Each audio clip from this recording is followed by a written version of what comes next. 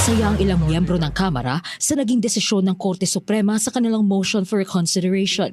Kaugnay ito sa articles of impeachment laban kay Vice President Sara Duterte na idineklara ng SC na unconstitutional.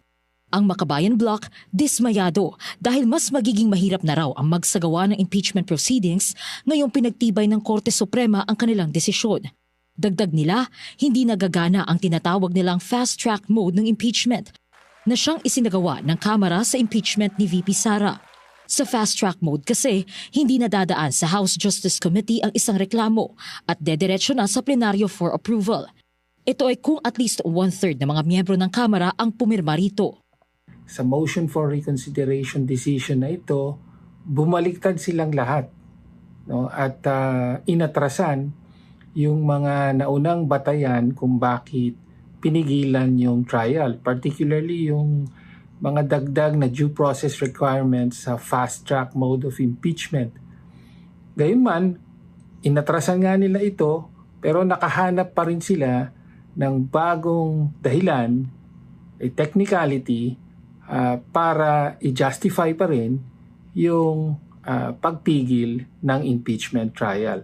So in the end, nabago yung mga batayan pero same result, no? Pigil yung impeachment trial ng Vice President.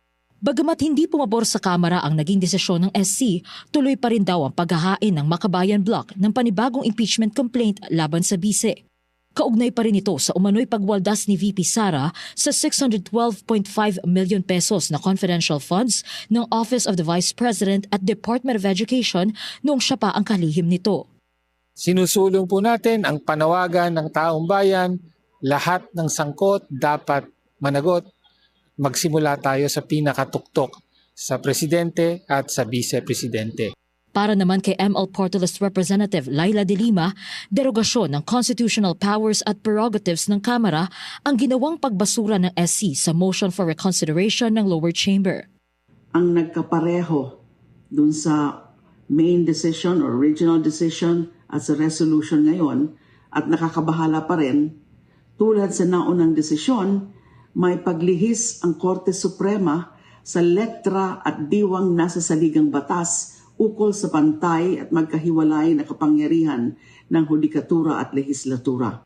Pero sa kabila nito, hindi naman daw inabswelto ng SC ang bise sa umano'y pagkakasala nito na siyang naging basehan ng impeachment complaint laban sa kanya.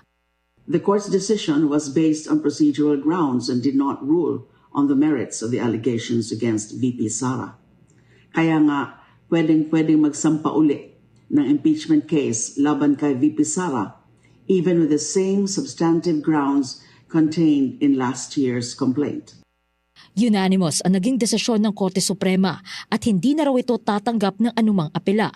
Dahil dito, pinag-aaralan na ng House Justice Committee ang pag-amyenda sa Rules of Impeachment.